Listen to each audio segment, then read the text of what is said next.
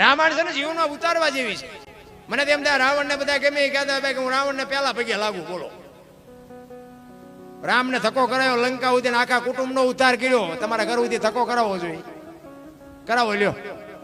છેલ્લે કુંભકર્ણને જગાડ્યો ને, કુંભકર્ણને માંડ જગાડ્યો. એ કે જાગે જાગા નાશ થઈ ગયો. તો કુંભકર્ણ આમ આખું છોડતો કે મારે જ્યાં જાગવાની જરૂર હતી તારે જાગવાની જરૂર. ઈ કે સલાહ લેવા નથી જગાડ્યો. હવે કે તું એક રહી જતો એટલે જગાડ્યો. સાને માનો કે મોર થાને હું આવું છું, આખી દુનિયાનો બાપો છે આ. તું રહી જતો તો એટલે જગાડ્યો, સલાહ લેવા નથી જગાડ્યો. સારે ભાઈ મોર થાય, આખા કુટુંબનો ઉદ્ધાર કરી દીધો. તમે વિચાર તો કરો. સીતાજીને લેવા આવ્યો ત્યારે માં ભગવતીને માં કીધી છે. માને કોઈથી કોઈ પત્ની ન બનાવી શકે. દુનિયા ગમે એ વાત કરતી હોય, મને નથી મગજમાં બેહતી. ઈ કે માં હું તને લેવા આવ્યો છું, તું આવ્યું તો મારો બાપ આવે અને એના ઘરમાં હું જેવી તેવી ચોરી કરું તે મને મારે નહીં, મારે એના હાથે મરવું છે. બાપુ બૈરાની ચોરી કરવા આવ્યો છું એટલા માટે. અને લંકામાં સારામાં સારી જગ્યા અશોક વાટિકા એમાં જ રાખ્યા હતા માને. શું કામ? રાવણને ખબર હતી કે મેલે લઈ જઈશ તો આ દુનિયા કઈ નું કઈ બાપ છે ને, કે વનમાંથી ત્યાં અશોક વનમાં લઈ જવામાં રાવણને કોઈ ન રોકી શકે. તો પોતાના મેલે લઈ જાવ રાવણને કોણ રોકત? એને ખબર જ હતી કે મારી કઈક વાતો કરે તોય કરે. બોલો, અત્યારે અશોક વાટિકા બાપુ સારામાં સારી જગ્યા હતી ને, અહીંયા માને રાખ્યા હતા. અને ફરતો પહેરો રાખ્યો હતો કે આને ઊનો વાહ નો વાય, ધ્યાન રાખજો. આ મારી માં આવી છે ને, વહેલો મોડો મારો બાપ આવશે. રામ ને બાપુ અહીંયા સુધી ધક્કો કરાયો. રાવણની શું વાત કરી. રામ અને રાવણ નું યુદ્ધ થયું ને ત્યારે છેલ્લે વિભીષણ બાપુ ખૂટ્યો. ટૂંકમાં બધાને ખબર છે. એને કીધું કે નાભીમાં બાણ અમૃત છે, બાણ મારો નહીં પડે. એના ઉપરથી આપણે નક્કી થાય કે આપણા ખૂટે ને એટલે આપણો ખૂટદો નીકળે. જો આ રામાયણ કહે છે. વિભીષણે ન કીધું હોત તો બાપુ રામ, મારા અંદાજ મુજબ મને એમ થાય છે કે રાવણમાં એટલી શક્તિ હતી, મારી ન વખત. ઈ પડ્યા પછી વિભીષણ, લક્ષ્મણ અને રામ ત્રણે રાવણ પાસે આવે અને રાવણ આમ પડ્યો તો છેલ્લા શ્વાસ હાલતા હતા અને મરક દાંત કાઢતો હતો. રામચંદ્ર વિચાર કરે કે આરો આને ઘડી બે ઘડીમાં વિયો જવાનો ના, કે હજી બાયડો દાંત કાઢે. એટલે રાવણ કહે છે કે પ્રભુ તમે તો બ્રહ્મનો અવતાર છો ને, આ તમે કઈ મને માર્યો એ બહુ મોટું કામ નથી કર્યું. તમને ગમે વ્યામ હોય, આ તો બધો મેં બનાવેલો પ્રોગ્રામ હતો, મારો બનાવેલો પ્રોગ્રામ છે. પણ મારે તમને બે ત્રણ વાતો પૂછવી છે. હું તો હવે ઘડી બે ઘડીનો મહેમાન છું, હું તો જાવ જ છું અને મારે તમારા હાથે મરવાનું જ હતું. મેં તો જે મારે કરવાનું હતું કરી જ નાખ્યું. પણ હું તમને બે ત્રણ વાતો કહું, મને જવાબ આપો. રામ કે શું છે? એ કે મારી શક્તિ કેટલી છે? કે તારી શક્તિ ઘણી. મારી ભક્તિ કેટલી? કે તારી ભક્તિ શિવની ઘણી. તો કે મારી પાસે સંપત્તિ કેટલી? કે સંપત્તિ એ ઘણી. એ કે તમારે અયોધ્યામાં કદાચ તમારું બે આવવાનું સિંહાસન હોનાનું, એમ ભાઈડે દિવાલું હોનાની છે ને, છે આટલી સંપત્તિ. તો કે મારી શક્તિ કેટલી? યમના દૂતને કોઈનો જીવ લેવા જવું હોય ને તો મારી રજા લેવા આવવું પડે. 9 ગ્રહ જેને ઢોલીએ બાંધ્યા હોય, પવન પાણી ભરે, વાહ વાસીદું ગણે ગાયું, જ્યારે રવિ રસોઈ બનાવે, શિવ ભંડારી, આટલી શક્તિ મારી. તો કે હા. તો કે શિવની ભક્તિ મેં કેટલી કરી? કે આ ઘણી બધી. તારા જેટલી કોઈ શિવની ભક્તિ નથી કરી. તો કે હું તમને એ પૂછું છું કે મારી ભક્તિ આટલી, શક્તિ આટલી અને સંપત્તિ આટલી, તો હું તમને એ પૂછું છું કે મારા ઘરે હું હારું છું ને તમે જીતો છો, આનું કારણ શું? આનો મને જવાબ દો, બાકી હું તો હવે જવું જ છું. રામને પરસો વળી ગયો. મારા ઘરે મારી પાસે શક્તિ છે, ભક્તિ છે, સંપત્તિ છે, છતાંય હું મારા ઘરે હારું છું ને તમે જીતો છો, આનું શું કારણ છે? રામ કે ભાઈ મને આમાં ટપા પડતા. તેથી બાપુ રાવણે કીધું એ કે આજે હું મારા ઘરે હું હારું છું ને, એનું ફક્ત ને ફક્ત એક જ કારણ છે કે તમારો હગો ભાઈ તમારા પડખે છે ને મારો હગો ભાઈ તમારા પડખે છે. જો મારો ભાઈ ખૂટ્યો ન હોત ને તો એવી દુનિયામાં કોઈ તાકાત નથી કે રાવણને કોઈ મારી શકે. એટલે તમે અયોધ્યામાં જાઓ તો મારી એક તમને ભલામણ છે કે અયોધ્યાના રાજા બનો ને તો બાપુ મારી એક ભલામણ કે તમે આટલી વાત કરજો કે ભાઈઓ ભાઈઓમાં મેળ રાખે, ભાઈઓમાં વિખવાદ ન કરે. નકર બાપુ આ મારી લંકા આટલી જો રોળાઈ ગઈ ને, આપણા સાપરા હાંસે ન ઉડી જાય. આખી દુનિયા મેળ હોય બાપુ, હગા ભાઈ વારે જ મેળ નતો હોતો લ્યો. મને એમ થાય કે રાવણે કીધું, પણ રામે નહીં વાત કરેલી કે લગભગ આ ભલામણ રાવણે કરી છે. બોલો કે ભાઈઓ ભાઈઓમાં મેળ રાખવો. અત્યારે તમે જુઓ 5-5 ગામ ધુમાડા બંધ, એના ભાઈઓના છોકરા જ ન હોય. આપણે કહે તારા ભાઈઓ કેમ નથી કે મારા તેની યારે આડી છે ને, એટલે આની હારે જ ઊભી રાખવાની હતી. આ ગામ તો કઈ ઠોક બોલશે, પણ ભાઈ વારે જ નથી મેળ બોલ. નકર જે પોતાના છે એ જ બાપુ ખોટા લાગે છે આપણને. એટલા જ માટે મહાપુરુષો તમને મને ઘણી બધી વાત કરે છે, પણ તમારી જેવી મોજ છે એવી આનંદ કરાવશું. હજી મારે તો શું છે, મારી પાસે મને તો બાપુ ગુરુ મહારાજની કૃપાથી, મારા મા બાપના આશીર્વાદથી મારી પાસે ખૂટે એવું જ નથી. અને આ બધું છે ને, હું તો હડબેઠે સેડો ના આવડી ગયું મને. આપણને કોઈ વેરાગ બેરાગ લાગ્યું એવું કાંઈ છે નહીં. ચારે બાજુથી બાપુ બટા ચટ્ટી બોલીને કોઈ ધણી ન થયો ને તેથી બાપુ આ સાધુ ધણી થઈને મેળ પડી ગયો. અને આઈને કોઈ તમારે ગુજરાતમાં બાપુ 5 લાખનો ભજનનો કલાકાર હોય ન હાલે, બાકી આપણે હાલવી. અમારા 50 પ્રોગ્રામ કર્યા છે આ બાજુ, આપણું હાલે. હારા હારા કલાકારનું ન હાલે. આ બાપુ ગુરુ મહારાજની, મારા મા બાપની કમાણી છે. કહેવાનો મારો મિનિંગ, તમે વાયુ હોય ને તો બાપુ એક દી ઉગે ઉગે ને ઉગે, પણ વાવવું જોવે. અને વાવવા ટાણે નક્કી કરવું જોઈએ કે આંબો વાવ્યો કે બાવળિયો, એ નક્કી કરજો. ન કરજો આંબો સમજીને બાવળિયો જીકી દેશો ને તો કાંટા જ આવવાના. એટલે એ વાવવા ટાણે નક્કી કરજો કે શું વાયુ એ જરૂર એની ખબર. બધાને સવારામ બાપાએ બાપુ 7 સલામ કીધી ને, કે ચોથી સલામ 4 ખાણી 1 બીજની જગબંધાણી, પરખો વિનાશી છે એમાં, ચોથી સલામનો મોટો મહિમા. તમારું મારું આ સર્જન છે એ શું છે? સંતોની વાણી તો છે ને બાપુ, હબાકા આવે. જો ઉતરવા માંડે ને તો બાપુ હબાકા માંડે આવવા.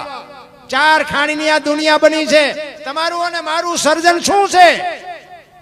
એક જગ્યાએ તમે ઝાડવું વાવો, એ ઝાડવું નાનું હોય મોટું થાય, સાયો આપે, ફળ આપે, ફૂલ આપે, વાત બધી બરોબર. તમારો અને મારો આ છોડવો છે, એ આવે ત્યારે કેવડો હોય? 1.5 ફૂટનો. તો હરતો ફરતો છોડવો બાપુ આ 5-5, 7-8 ફૂટના છોડવા છે. આના મૂળિયા ક્યાં? અરે જોવાની જરૂર છે રામ. બાર આટા મારે કઈ નથી વળે એવું. અત્યારે કોઈનો દેહ દુર્ગંધ નથી મારતો, અને એમાંથી બાપુ એવું એક તત્વ નીકળી જાય 2 દીમાં દેહ દુર્ગંધ મારી જાય તો જોવું ન જોઈએ કે આ દેહ અત્યારે કોણ ઉટકીને સાફસૂફ રાખે છે? ન જોવું જો. જરૂર એની છે રામ. બાકી પાવડરના લાલિયોના લપડા કરવા એટલા કરો, બાકી ગંધી ઉઠવાનું. સત્ય છે એ આવવાનું. એટલે કીધું 5 તત્વનો દેહ છે. એટલે કીધું 4 ખાણીની આ દુનિયા બની છે. ઓરથી, ગર્ભથી, ઈંડાથી ને પાણીથી. ઓરથી જન્મે ને એ ઢોર, ગર્ભથી જન્મે માણા, ઈંડાથી જન્મે પક્ષી, અને ઈયળ, મચ્છર, માખ પાણીથી જન્મે. 4 ખાણીની આ દુનિયા છે. બાકી આ જેટલું દેખાય છે ને એ તમે મેં ઊભું કર્યું છે. આ જેટલું દેખાય એટલું બધું આપણે ઊભું કર્યું છે. બાકી આ જે 4 સૃષ્ટિની જે રચના છે, 4 ખાણી જે બનાવી છે, એ મહાપુરુષોએ સંશોધન કરીને કર્યું છે કે આ 4 આમાંથી બન્યા. અને આ બનાવવા વાળો બાપુ મારો નાથ. 5 તત્વનો દેહ, ધરતી, આકાશ, પવન, પાણી અને પ્રકાશ. સવારમાં ઉઠીને બાપુ છે ને એ 5 તત્વને પગે લાગવું પડે. પહેલા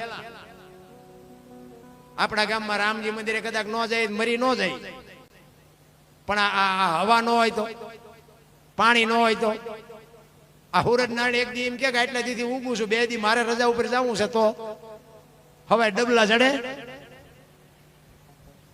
5 તત્વનો બાપુ દેહ છે. 5 તત્વથી જ ટકે છે. આ તમારો ને મારો દેહ છે ને, એ જ્યાં બાપુ ટકી રહ્યો છે 5 તત્વથી જ ટકી રહ્યો છે. એટલે આપણે સવારમાં જાગીને પહેલા એને પગે લાગવું પડે કે મારા બાપ તું છો, તારે જમે છે. પણ આ કોઈને દેખાતું જ નથી. સત્ય તો બાપુ સત્ય જ હોય. કહેવાનો મારો અર્થ એ છે, મને તો એમ થાય કે શું ભલામણા જીવે એવું આવ્યું છે. કપડા, જોડા, આમ તમે જુઓ તો હું તો અમુક જગ્યાએ જાઉં તો ઘરમાં પહેરવાના જોડા જુદા, રહોડાના જુદા, હોંસરીના જુદા, કામમાં જાય તો જુદા, બહાર કેમ જાય તો જુદા. એક જોડીમાં 3 જણા હલવતા હતા. બોલો અત્યારે ચકાના 8-8 જોડી છે જોડા. અરે આપણને એમ થાય આમ તો જો. અને એવા બુદ્ધિ ના ગાળિયા અમુક થયા છે ને. 1-2 ભાઈબંધ હતા ને, તે કઈ કામ ધંધો ન કરે, તલાવની પાડ્યા જઈને બે ટાઈમ થાય એટલે ઘરે આવીને નાય ધોઈને ખાઈ પીને પાછા વ્યા જાય. એટલે ઘરે તો મા બાપ દેકારા કરે. એટલે એ કે તમે ખૂંટિયા જેવા કઈ કામ કરો, અમારે કરવું ને તમારે કે એટલે બે ભાઈ બંધ બેઠા વિચાર કરતા એ કેલા ઘરે જઈને ડખા થાય મજા નથી આવતી હાલ ને કઈક ધંધો કરી એ કે શું કરશું ઓલો કે આ કરીને મગજમાં ન બેઠું એક કે મને એક ધંધો શું છે કે શું પૈસા સાપવાનું કારખાનું નાખી દે કે હાલ લે મૂળ તો ઘરે ડખા પૈસાના છે ને પૈસા આપી પછી શું ડખા થવાના એ કે હા એ તારી સાચી કર્યું બધું ભેગું એક રૂમ રાખ્યો ભાડે એ કે હું મળું પૈસા સાપવાનું તું હોય ને નોટો ડટામીને બનાવ બે ત્રણ તિજોરી ભરી લેવી પછી બધો હંકેલો કરી લે એ અડધી તિજોરી ભરીને તા એકનું ધ્યાન જોયું કે ઉપર એક ભૂલ થઈ જઈ ઉપર આમ આ બે હુક બનાવી લેવું ભાઈ ભારતીય રિઝર્વ બેંક ને ગવર્નર ની સહી ને ગાંધીજીનો ફોટો ને પણ સિક્કો 15 નો લાગ્યો 15 ની નોટ લઈને ચા જવું એ ક્યાં જોતો નથી 10 ની 20 ની 50 ની તો ઠીક 15 ની નોટ લઈને ચા જવું તું જોતો નથી મનાણો ચીકવા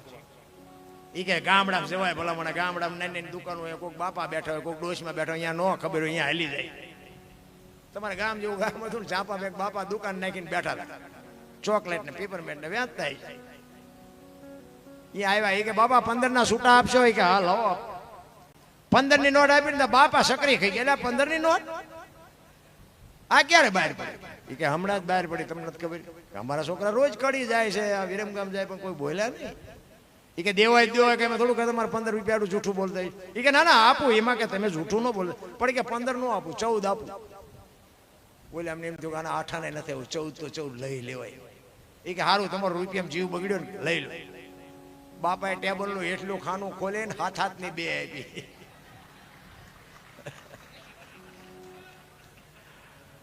છોકરાને પરસો ઓળ્યો કે બાપા કે હા એ કે હાથ ની ચારે બહાર પડી કે મેં તારી પેલા કારખાનું નાખ્યું તારે આ 15 ની ભૂલ થઈ ને મારે હાથ ની થઈ આ બુદ્ધિના ગાળિયા નો કહેવાય હવે આમને મોંઘવારી નડે ને આમને આ ભજન કરે આમ જ હાલે ત્યારે જાજો બધાને કે સ્વર્ગમાં કે ઇન્દ્ર ભગવાન સોનાના સિંહાસન ઉપર છે ને ઇન્દ્રની અપસરાયું નાચે છે ને ફુવારા છે ને ત્યાં કોઈ જી આવ્યું અને કોઈક જી આવ્યો કોને કોઈક મારે પગ ચાલવા અહીંયા જી આવ્યો બધું આમ જ હાલે મને તો એમ થાય કે મારો ભગવાન સાંભળે લ્યો તમને આ ન દેખાતું એ તમારો પ્રશ્ન છે મને એમ થાય કે હું બોલું હું મારો ભગવાન સાંભળે બસ આટલી જ વાત છે બીજું કઈ છે જ નહીં બાકી વાતમાં બાપુ આ છે ને માણસ જન્મે ને 1.5-2 કિલોનો કે 2 કિલોનો હોય 60-80 વર્ષ જીવે મરી જાય શમશાનમાં લઈને હળગાવી નાખો રખ્યા ભેળે કરીને ચોખ્ખો એટલે 2-2.5 કિલો જ થાય કાંઈ છે નહીં વચ્ચે ઠેકડા ભરવાનું છે પાછી વ્યવસ્થા કઈ રાખી જ નથી આ મેં ખેતર લીધું મેં ટ્રેક્ટર લીધું મેં મકાન લીધું જાવ તાર લેતા જાજો ને બીજા વાપરશે કઈ વ્યવસ્થા જ નથી રાખી આમ નામ આવ્યા ને આમ નામ ઉપડ્યા જે આનંદ કર્યો જે મોજ કરી જે ભજન કર્યું એ તમારી મારી ભેગું આવવાનું બાકી જે હરી કાંઈ છે જ નહીં આનંદ કરી લ્યો બસ મોજ કરી ભજન છે ને એમ નામ બને નહીં જ્યાં જ્યાં બન્યું છે ને ત્યાં વાતું પડી છે એમ નામ ખોટી વાત છે કોઈ એક સાખી છે ને કે માયા હુધી ગોઠડી વજરના ગાળા હાંગા બાપુ હલવાના કઈક સેડ્યા ને કઈક પાળા આ ક્યારે બની આ તમને હું તમને આમ નોખું પાડીને કહી દઉં કોઈ નહીં કે ખબર હોય કે ને પેલાના જમાનામાં વેપારીઓ હોય ને વેપારીઓ એ શહેરમાં ધંધો કરતા હોય અને ગામડા વાળાને બધાને ઉધાર આપે રવિવાર જેવો કઈ દિવસ હોય ને એટલે બહાર ગામ ઉઘરાણીએ જાય એમાં એક વેપારી હામા ગામમાં ઉઘરાણી ગયેલા તેથી રાણી શિકાર રૂપિયાનો જમાનો રાણી શિકાર રૂપિયાની ઉઘરાણી કરી અને દી આથંબરનો ટાઈમ જબાના ખીચા ભર્યા અને ઘર બાજુ નીકળ્યો એમાં વચ્ચે રસ્તામાં નેરિયા જેવો રસ્તો આવે ઊંડો રસ્તો આવે એટલે એને બીકણ માણા એ કે વેલા દી હાથમાં તૈયારી છે ઘર ભેગો થઈ જવું ખાય ખા ઉતાવળો આમ નેરિયા ઉતરો ને આની કરતી ઈ ઉતરો સામેથી બાપુ એક રીંછ ઉતર્યું રીંછ તો હિંસક જનાવર પણ સદાય બાપુ માણાનો વશમાં જાનવર ન કરે સિંહ હોય ને સિંહ તો એ એક વખત તો વિચાર કરે કે આ માણાનું ભરોહો નહીં કે શું કરે એટલે આમ રીંછ ઉભો રહ્યો આની પાસે વેપારી ઉભો રહ્યો બે જણા મૂંઝાણા રસ્તો હાંકડો હતો બહાર જાય એક બાજુ જાય જવાય એવું હતું નહીં બે થોડી હિંમત કરી વેપારી એમ કે હરોહરો હું આનકોરથી નીકળી જાઉં ઓલા ને એમ કે હરોહરો હું આનકોરથી નીકળી જાઉં બે ધીરે ધીરે આવ્યા ને બે પડખે આવ્યા ને હામી બે ની 4 નજરો ભેગી થઈ ને એટલે વેપારી એમ કે મને મારશે આને એમ કે મને મારશે એટલે એને કાન પકડી લીધા રીંછને એમ થયું કે હવે મને મારી નાખશે ઓલા વેપારી એમ કે મૂકું તો હવે મને મારી નાખે બે મીડિયા ઠેકડા મારો, ઠેકડા મારો મીડિયા, સભાના ખીચામાં પૈસા મીડિયા પડવા. એને એમ તું મારું ભારે કરી, હવે આ મૂકીને જો પૈસા લઉં તો આ મને મારી નાખે, પૈસા મીડિયા ખેરવા. હવે હું કરું? એમાં કુદરતને કરું. હાંગાજી દરબાર આમથી ઘોડી લઈને હાલ્યા આવે. દરબાર થોડાક શેટા રહ્યા ને પછી વાણિયા શું કે, વેપારી શું કે, એ બાપુ એ કે જો આ રીંસ ને કે હું ખંખેરું પૈસા ખરે. બાપુ નજીક આવ્યા ને જોયું તો પૈસા પડેલા જ તે. બાપુ આમ પૈસા ભારે નથી, ગમે ની ચાર આંખું થાય. એ કે અમારા ગામનું રીંસ છે ને તું શું કામ ખંખેરસ કે? તો બાપુ હાલો ને તમે તમારા ગામનું રીંસ હોય મારે ક્યાં ખંખેરવા. બાપુ ઉતર્યા ઘોડીએથી, બાપુને પકડાઈ દીધા. એ કે બાપુ મારા ખેરવેલા છે મને લઈ લેવા દેજો. હા કે ચટ ભેગા કરીને ભાઈ.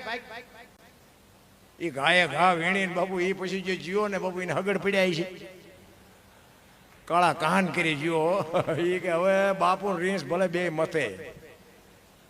એટલે સંતોને લખવું પડ્યું માયા સુધી ગોળ. આ માયા નકર ચા અહીંયા એમને એ પૈસા આટું અહીંયા ઘરે જ નીકળ્યા હતા. પણ એમ કે આવી રીતે જો પૈસા મળી જતા હોય તો પછી આપણે કંખેરાય જ તે ને એ મળી જાય. એટલે કીધું માયા સુધી ગોઠડી વજરના ગાળા, હાંગા બાપુ આમાં હલવાણા, કંઈક સેડ્યા ને કંઈક પાળા. આમ તમે નું કેટલાય હલવાણા. ઈ નારદજી ભિક્ષાવૃત્તિ માટે બાપુ નીકળ્યા. એક ગામની માલિકો ડેલીમાં પગ દઈ અને કહે છે ભિક્ષાન દેહી મૈયા. બાપુ એમાંથી અંદર એક બાઈ હુપડું અનાજનું ભરી અને આવીને કહે છે લ્યો બાપુ. એ જોડે આમ કરી અને બેન આખું હુપડું બાપુ અનાજનું નાખ્યું ને. નારદજી આશીર્વાદ આપ્યા, બાપ તારા જેણા જીવતા રાખે, ભગવાન તારા ભંડાર ભર્યા રાખે. એમ કીધું ને બાપુ દીકરીના હાથમાંથી હુપડું પડી ગયું. એ કે કેમ બેન તારા હાથમાંથી હુપડું પડી ગયું? મારથી કઈ આડું બોલાઈ ગયું? ના બાપુ એવું કઈ છે નહીં, પણ તમે કીધું ને કે તારા જેણા જીવતા રાખે. મને ભગવાને શેર માટીની ખોટ આપી, મારી પાસે મને ભગવાને સંતાન નથી આપ્યું, એટલા માટે મને થોડુંક દુઃખ લાગ્યું. અને નારદજીને વાઠ્યા હોય તો લોહી ન નીકળે. કે સાધુ સંતોને હુપડા ભરી ભરીને કે દાન આપે છે અને ભગવાનને કે ન્યાયની કઈ ખબર પડે છે? ખાવા ધાન નથી, હાથ હાથ ને દ ગુડ્યા છે. અહીંયા એક છોકરો નો આપીએ કે ભગવાન પાસે જઈને કે મારે કેવું છે? ભગવાન પાસે જ્યાં અને એને કીધું એ કે પ્રભુ એક ગામમાં હું ગયો હતો અને કેવી દયાળુ બાઈ, ભર્યું ભાજરું ઘર, અને મેં ભિક્ષાન દે કીધું, હુપડું ભરીને અનાજ લઈ આવીને બાપુ પ્રભુ તમે કહીને એક સંતાનની ખોટ, એક શેર માટીની ખોટ તમે આટલું ન કરી શકો? ત્યારે કૃષ્ણ પરમાત્મા કહે છે કે નારદ તને હજી સાચી વાતની ખબર જ નથી. કે શું? કે એને આ ભાવમાં નહીં, હાથ ભાવમાં સંતાનનો યોગ નથી. હે કે આને હાથ ભાવથી સંતાનનો યોગ નથી, તારે સાંભળવું હોય તો સાંભળી લે. અને નારદજીને એમ થયું ઓહો આના આ બાઈના એટલા બધા ક્યાં કર્મ હશે હાથ ભાવ સુધી? બીજી વાર જયારે નારદજી આવ્યા અને ફળિયામાં હાથ દીકરા રમતા હતા ને, નારદજીને તો એમ કે આને હાથ ભાવમાં થવા નથી, દીકરા એના હોય નહીં. અને પછી એને કીધું કે બેન આ તું પારકા છોકરા રમાડસ ને, આનું ફળ તને આવતા જન્મમાં ભગવાન ચોક્કસ આપશે. ત્યારે એ બાઈ કહે છે કે બાપુ તમે શું કહો છો? આ પારકાના છોકરા? આ હાથે હાથ મારા છે, આ હાથની જણનારી હું જનેતા, હું એની માં છું. અને નારદ ને વાઠ્યા એટલો ને ભગવાન કે આના હાથ ભાવમાં કઈ નથી ને આના હાથ દીકરા આ કે છે મારા, આમાં હાચું શું? એ કે હજુ પર ભગવાન પાસે જઈને બાજી લેવું છે. એ કે આવું ખોટું કહેવા મને શું કામ મોકલ્યો? આવ્યા ભગવાન ભાઈ આવ્યા ને ભગવાન આમ જોઈ ગયા, તો બાપુ તન કી જાણે મન કી જાણે, જાણે જીત કી ચોરી, એનેથી શું છુપાવો બાપુ? આખી દુનિયાની એના હાથમાં છે દોરી. આમ આવ્યો, આમ ઉપડતા પગલા નારદજી આવે ને, કૃષ્ણ પરમાત્મા બાપુ આમ આડા પીડ્યા. એ કે પ્રભુ મારે તમને એક વાત પૂછી. કે ભાઈ વાત બધું પછી, હું તારી જ રાહ જોતો. પેલા મારું કામ કે શું? મને કે પેટમાં પીડા ઉપડી છે, માણાનું કાળજું ક્યાંકથી ગમ્યાથી ગોત વૈદે કીધું છે માણાનું કાળજું હોય તો મને મટે એવું છે ને મટે એવું નથી. તું ગાયે ઘા જા, ગમે ત્યાંથી માણાનું કાળજું લઈ આય. ઓલી વાત બાબુ નારદના મગજમાંથી નીકળી જાય ને આ તરત જ પીડાની વાત બેહી જાય મગજમાં. ઈ કે એટલી બધી પીડા થાય છે? હા ઈ ક્યારે રહેવાતું નથી, તું જા જલ્દી. ઉપડ્યા નારદજી ગિરનારની ભવનાથની તળેટીમાં. મારો ભગવાન બીમાર છે, કોઈની પાસે કાળજું, મારા માણાનું કાળજું જોવે છે, મારા ભગવાન આટું કાળજું જોવે. રેડ્યું પાડતો જાય. એમાં એક રૂખડીયો બાવો બાપુ બેઠેલો અને એની સાંભળી ગયો, એ બાપુ અહીંયા હું રાડ્યું પાડો છું. એ કે ભાઈ માણાનું કાળજું જોયું છે, મારો ભગવાન બીમાર પડ્યો છે. અને વૈદ્ય કીધું છે કે માણાનું કાળજું હોય તો મટે. ભગવાન બીમાર પડ્યો છે તો કે હા, કે તમારી પાસે શરીર છે તો કે હા લાવો કે હું કાઢી દઉં. અને કોકના કાળજા કાઢવા હોય ને શરીર ભેગી જ રાખે. એ કે હારે મારી પાસે શરીર આપી અને ઓલે આમ પેટમાં મારીને કાળજું કાઢીને કીધું કે હાલ્યો લઈ જાઓ. અને કાલ જો 10 કાળજા જોતા હોય તો કાલ આવજો, બીજાના કાળજા તમને અપાવશું. ભગવાન બીમાર પડ્યો હોય તો ભગવાન નો મળવો જોઈએ, ભગવાનને પીડા ન થવી જોઈએ. લઈ જાઓ કાળજો. અને એક હાથમાં કાળજો ને એક હાથમાં કટાર લઈને નારદ બાપુ આવ્યા ગાયે ઘા ભગવાન ભાઈ. આયા ભગવાન ભાઈ આવ્યા હતા. ભગવાન તો પગ ઉપર પગ ચડાવીને હુતેલા. ઈ કે લ્યો લ્યો પ્રભુ લ્યો, આ કાળજો લઈ આવ્યો. ઈ કે હવે ન જોતું, મને રાગે આવી ગયું, મજા આવી જાય, હવે ન જોતું. ઈ કે તું લઈ આવ્યો કાળજો? ઈ કે તમારે વાતું કરવી છે. જેટલું રખડ્યો ચા ચા જીવો તે માન માન મેળ પડ્યો. ઈ કે વાત બધી બરોબર, પણ ઈ કે હવે મારે જોતું નથી. ઈ કે પણ આ કેવી રીતે તું કાળજું તને આપ્યું કોઈને? ઈ કે ગિરનાર માં ગયો તો અહીંયા રાડ્યું ઉપાડતો તો, 3 દિવસ સુધી રાડ્યું ઉપાડી, એક બાવો બિચારો તૈયાર થયો. તો કે કેવી રીતે કાઢ્યું? ઈ કે મેં શરી આપી, આમ શરી પેટમાં મારીને કાઢીને આપી દીધું. પછી અખિલ બ્રહ્માંડ નો માલિક કહે છે જે કટાર મારીને કાળજા કાઢે ને ઈ ધારે તો હાથ દીકરા લઈ જાય ને તારું કાળજું ક્યાં બહાર કેમ જીવ તું નો કાઢી ગયો ને? તું મને ઈ જ કહેવાનો હતો ને કે ઓલી બાઈ ને હાથ દીકરા કેવી રીતે? તો તારું કાળજું તારી પાસે હતું ને ગિરનારમાં શું અહીંયા ખોબા ભરવા ગયો? એટલે બાપુ મહાપુરુષોને ગાવું પડ્યું, રૂખડ બાવા તો હળવો હળવો હાલજો, રૂખડ બાવા તો હળવો હળવો હાલજો, ગરવાની માથે રે રૂખડીજો જળું દિયો, ગરવાની